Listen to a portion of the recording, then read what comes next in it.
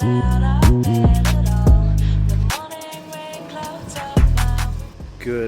morning, my YouTube family. Welcome back to another video. Kind of gives me flashbacks to my hood up on 2019 prep, where I used to have two hoodies on when doing cardio first thing in the morning. But it's Monday, fuck knows the date. It's Monday, it's bank holiday. We're in first thing in the morning, getting our cardio in. So we woke up this morning at 75.7. I took my yihimbine, so 10 milligrams of yihimbine, as I've just finished a 4-day deload. So just reintroducing that slowly back up to where it was before. I'm back into doing 20 minutes of cardio first thing, ranging from 120 to 150 beats per minute. Took my black coffee as well, and this morning I'm actually reading. I start off my day reading a book, so The Subtle Art of Not Giving a Fuck. Really good book if you've never read it. And for me, I want to start off my day, because I used to be a scroller, I want to start off my day by actually learning and reading, because I'm retarded as well. I can't fucking read. I've never read a book in my life, so my objective this prep is to actually finish this book 3/4 of the way through, so I know I'm going to make it. And for me, it's all about learning first thing in the morning, put things into practice rather than just pointlessly scroll. And trust me guys, the time goes by so fucking quickly, flies by. I don't even know where the time's gone. Got 20 minutes here, got another 5 minutes or so left. We're gonna crack on with this, start the day. Don't forget to like, do not forget to subscribe, and let's fucking get into this one.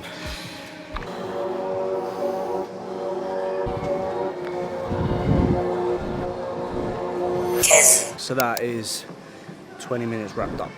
This prep is the first time that I've actually done cardio. I did cardio in 2019. In 2022 I did zero cardio at all. This year I'm doing some cardio. I was doing 5 sessions of 20 minutes a week, so 100 minutes in total, but now I'm just going to put it back a little bit, because when I deloaded the last sort of 4 days, I noticed my legs look so much sharper, they look so much better without doing cardio, and when I do tons of cardio they just look hugely inflamed and shit. So you get to points in your prep where you just start actually looking at the visuals rather than chasing scale weight, and I'm at that point right now where, you know, I'm looking at my visuals and going, my legs look a little bit inflamed. Let's remove that like we did, introduce a little bit, and just focus on maybe things which aren't as stimulating like the Stairmaster. So I might go for like a fasted walk first thing in the morning. That was 20 minutes, that was quite easy. I'm getting fit as fuck. I'm having to pace this now at level 10, nearly at level 12 like 2019 prep, but we're not going to get there now. Anyone listening or watching whilst doing cardio, shout you guys out. Let's fucking start the day well. She doesn't even know I'm here. Hi Vicky. Right, so this part of the morning is super important for any bodybuilders or anyone in general, and that's your fucking stretching. How many of you stretch right now? If you're watching, how many of you stretch? I bet none of you stretch, because I fucking barely. You know, trying to keep this as part of the routine after doing cardio where you've got some blood flow into the legs is super important. Anything you want to say about stretching? Yeah, Vicky's half broke, and we think it's down to not stretching, so just make sure you stretch it. 2 things that you need for a perfect stretching set: a massage ball, the little tiny areas like your rhomboid, your scapula, and of course a foam roller. Spend about 20 minutes doing this, and by the end of it we want to just feel fucking better, at least we hope.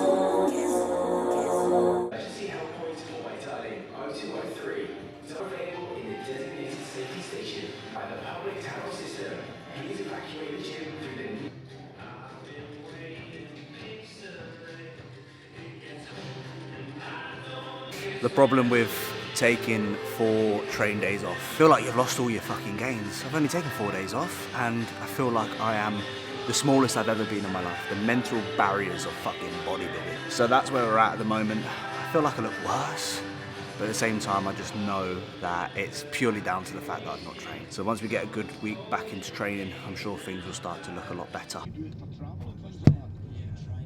Morning, could I get 2 large cold brews with sugar-free vanilla, please? That's it, thank you. No milk, please.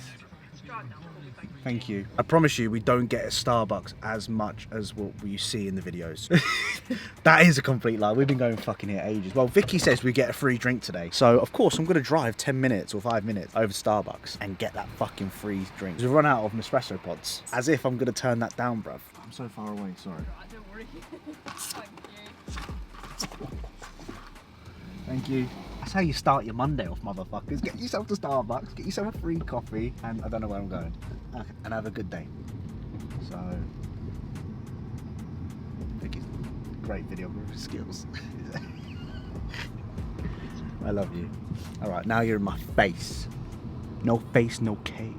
I was gonna wait to see how long it'll take you to get awkward. Two of my favourite seasonings when it comes to making my eggs: ground cumin and smoked paprika. Those are the two that I add in there. Honestly, it tastes like curry. Yeah, it tastes like a curry.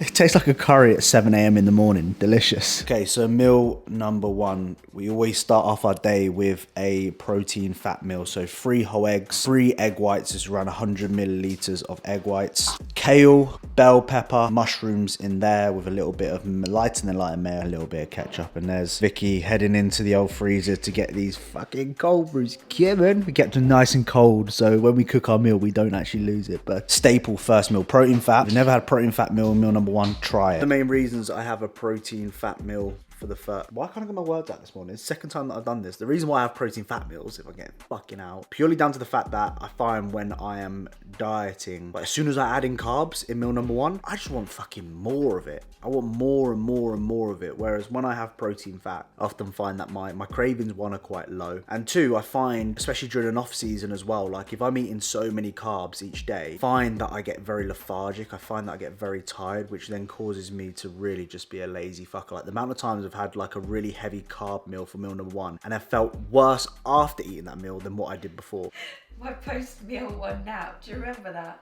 Yeah. Oh, Your post meal number one. I used to just pass out on the sofa. Yeah, Vicky used to be terrible for it. Like Pete Bulk, she just used to like pass out on the settee afterwards, and I'm thinking something's not right here. You know, we shouldn't be passing out after our first meal. You know. Okay, yeah, PCOS, yeah. So we'll let you off on that one. But still, like I'm not like that sort of person. You know, I don't do napping or anything like that. And I found myself fucking wanting to pass out straight afterwards. So if you're experiencing any of what I've just said, then absolutely try it. It's a staple. What you got to say? I'm not that type of person. I ain't that type of person. I know when Vicky lies. Her face just says it all. We're basically watching Nave Styles fucking carb up some ridiculous, like he basically has like 10,000 calorie challenge to carb up. Imagine that. I know his carb up is my week's worth of food. I know. His first meal he had today is your whole entire day on the rest day. I know. I had to give you a little taste test of the black coffee or cold brew. Oh, it's different, don't it? It does. It's better than the that espresso Starbucks bars. is really good. Now people say Starbucks is overrated. I don't think it is. No. I think it's some of the best coffee I've had, but it's expensive though. We'll cheers on that. I think all coffee's expensive now. It is. Maybe because it takes, I don't know, I'm trying to pretend like I know what happens behind the scenes about the coffee beans and stuff. Maybe they're more expensive to like import in. That's what I was trying to say. Yes. Oh, right, Diesel's sitting here. This is what happens. There's two things that Diesel wants from me. Either he wants me to throw that, or the second thing is he wants me to wank him off. Now, we're not going to show that on the channel because that's bestiality. Not that I do it anyway. What's that? Bestiality. So we have sex with animals. Of course you know what that is. Everyone knows bestiality is. Let us know in the comments. You never seen bestiality? No. Oh, okay. All right, anyway. Totally different topic. We'll see in a bit. So we are just about to make our pre-workout meal. You know the score when it comes to the oats. Put the oats in the freezer. Oh, you never had cold oats before. Honestly, you're missing out. And annoyingly, what's going to happen is we're going to get into the winter, and what we're going to find is that it's going to be too cold for us to have. So then we're not going to fucking do that. Cold oats, absolute game changer. Get your frozen blueberries and whack 100 grams in there. See if I get bang on one out. Look, 99. We'll take 99. So the other day I decided to spend £8 on this honey. And I had it for a couple of days now, and we're about halfway through it, and it cost me 8 fucking quid. I can't remember whose video I was watching now. Oh, it was Jay. Hello boys. Huh? Hello boys. Hello boys. Hello boys. Yeah, Jay. Sexy. Okay, yeah, even though a female watches it. Well, like what you're wearing, by the way. Yeah, anyway, I decided to buy this, apparently, because I had a lot of people in the comments saying, buy proper honey, like this stuff here is not good honey. Apparently this stuff here is not proper honey. So I did fork out a fair amount. So one like, one support on the old channel so I can afford this fucking... It's very good, by the way. Found it in Tesco. Worth every penny, I must say. However, I need to buy fucking something bigger because we're going to go through this like nobody's business. Yeah, definitely. Would you recommend it to people? Yeah, Polish honey. That would be a good shout. It's good. Polish honey, Polish shop is like this big. It's half the price and tastes the same. Yeah. And it's like organic. Yeah.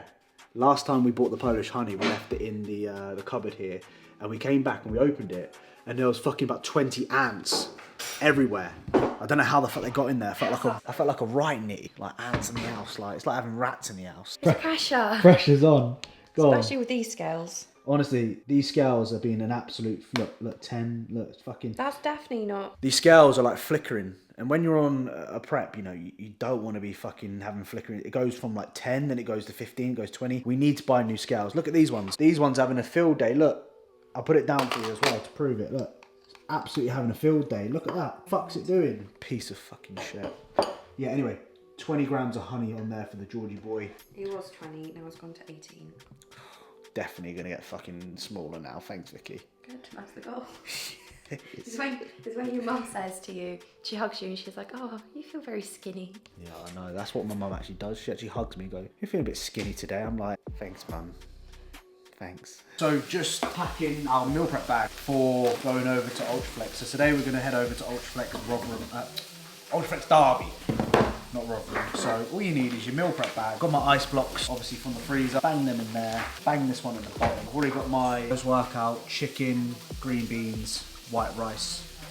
Place it in there. All I need to do is just add Vicky's beef mince into her green beans, white rice. And just finishing up the beef mince now, as we had to, basically we ran out of beef mince last night, so we just needed to defrost some. And then boom, add that all in there like that. And then what we'll do is bang our ketchup in there, bang our mustard in there. Yeah, good one. Mayo, mustard, add that all in there. Put our salt, pink lemon salt, in the side here. Grab two spoons, plop in there. We're good to fucking go. Look, so easy, guys. Like, problem I see nowadays, everyone wants to find the quick routes and the fucking do this and do that. Like, make it so fucking easy for yourself. Going over an hour away from where we are right now. We don't know whether the traffic's going to be good or bad, but what we're doing is we're planning just ahead. So if we are late, we've got our meals for us. Simple as that.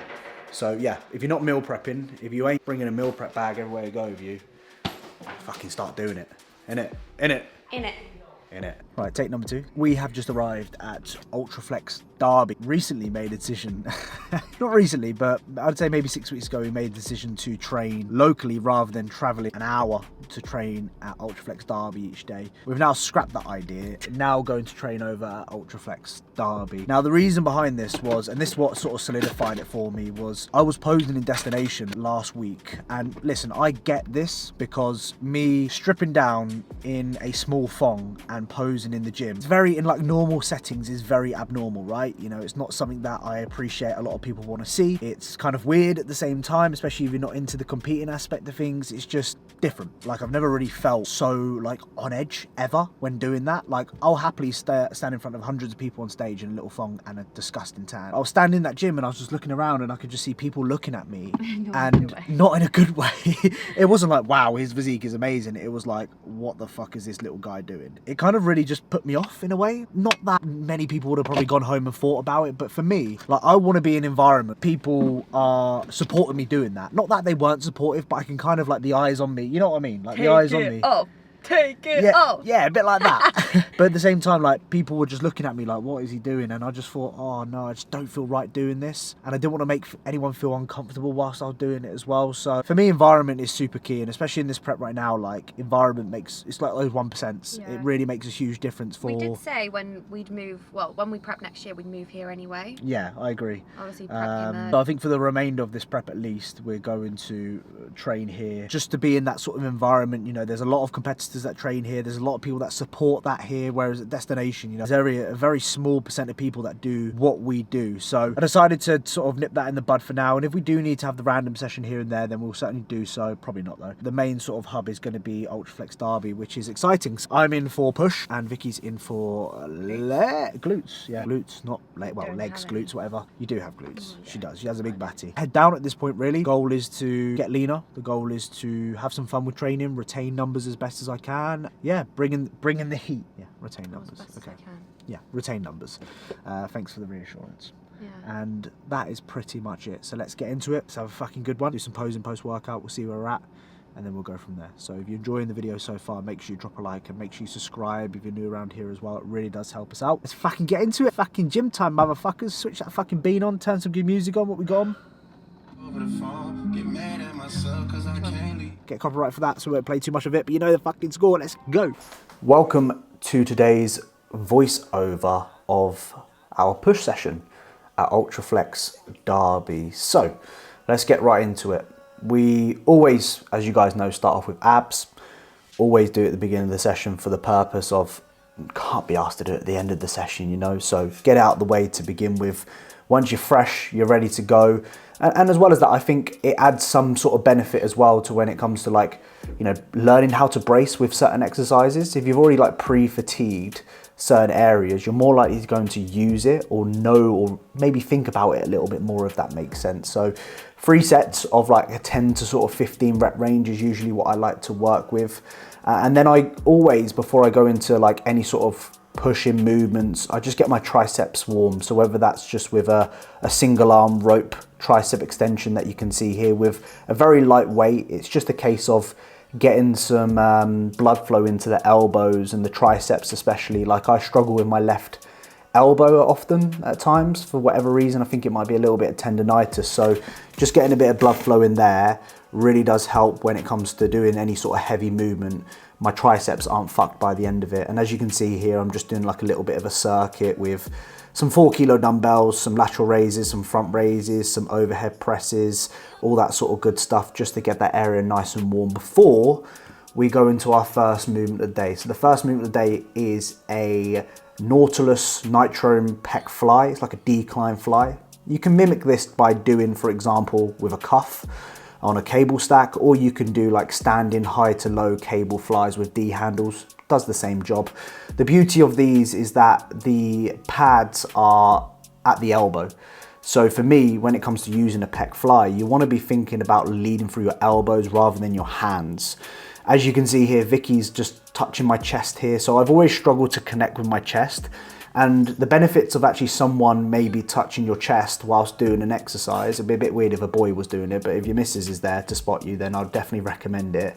It's just to kind of remind you of what you are trying to use here. So sometimes when someone's like adding, I can't remember, like there's some science behind it, I think, I'm not sure what the right term is, but when you sort of like touch certain areas, it's kind of like your brain signals to the area that is being like touched. I don't know what you want to call that. So doing a pec fly before I go into this incline press, purely down to the fact that I do struggle to connect with my chest. And I've noticed if I exhaust or fatigue my chest or get some blood flow in there, when it comes to my pressing movements, I'm more likely going to use my chest. Like, I can feel my chest when doing this incline press because I've already done it through an isolation exercise. So if you're someone like me who's always struggled with using their chest or connecting with their chest, then doing an isolation before a compound is a really good way of pre-exhausting it. You won't need to use as much weight on the pressing or the compound movements in itself. And as well as that, you'll have that mind-muscle connection already in place. Incline Smith, as you can see here, failed on that last rep. A little bit disappointed in myself there, but I haven't incline pressed in a while. And obviously, whilst I'm dieting right now, my pressing movements are the ones which are taking a bit of a hit. So what I've just done is I've just gone, you know what, I'm just going to reset everything and just focus on good form, good intensity, of course, train to failure. And regardless of the weight what will be almost. As you can see here, this last rep was a bit of a grinder, but managed to sort of fight my way through it. I think one key thing that I want you to think about when it comes to training your chest is when you actually look at your chest, like for example, when you're doing this flat machine movement, look at your chest. Is your chest actually contracting? Can you see your chest moving through your top or your jumper? If you're big, you might wear a jumper and fucking see it bulging through. But ideally, when I'm doing these exercises, I want to notice my chest doing the work. I don't want to look down at my chest and my chest is not moving at all. This last rep pissed me the fuck off because I nearly had it, but then I noticed my ass was coming off the seat and I was like, you know what, it's just not worth going for that last rep and cheating myself. So I was just like, right, leave it there. I've hit failure.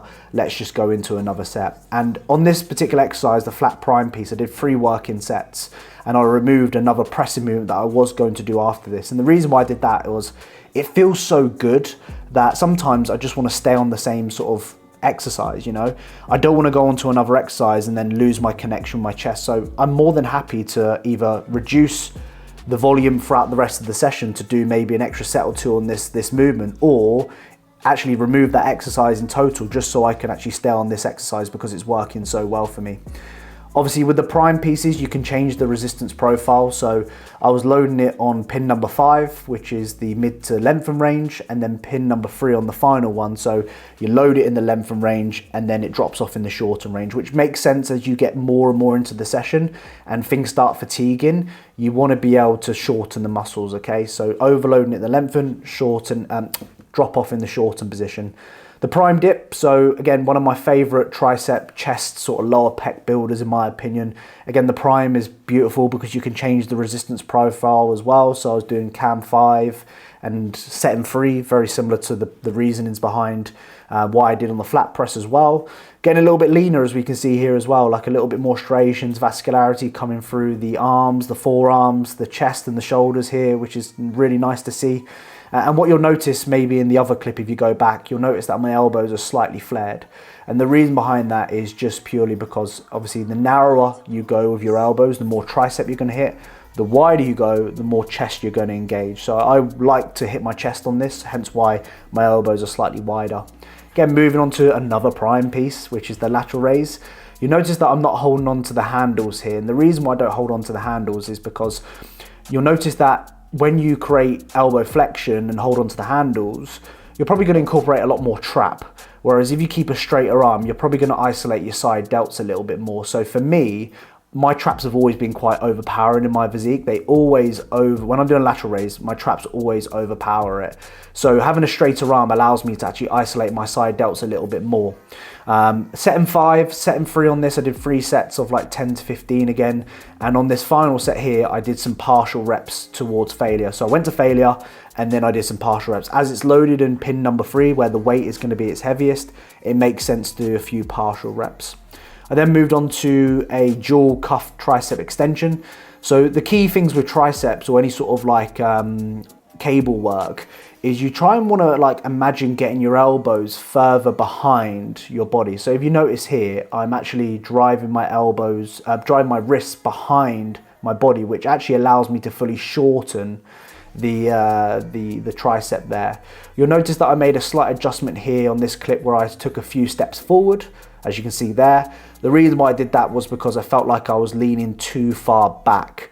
And sometimes the importance of like recording yourself actually goes a long way when it comes to your ability to just like learn how you move in the gym. I think a lot of us, we look at ourselves and go, oh fucking hell, he's recording himself. But honestly, one of the best investments you can make when it comes to training is actually recording yourself, and fuck everyone else in the gym, okay? So that concludes today's YouTube video. I really hope you've enjoyed today's vlog. Really hope you've got something from it as well and you're enjoying the prep series so far. If you can like, if you can subscribe, it really would help me out. Comment down below pen if you've watched the whole thing. And as always, guys, I shall see you in the next one. I think I'm going to record a full day of eating on a rest day. Well, I know I'm going to be recording a full day of eating on a rest day. So be on the lookout for that, okay? Sending all my love. Keep working hard. And I'll see you guys in a bit.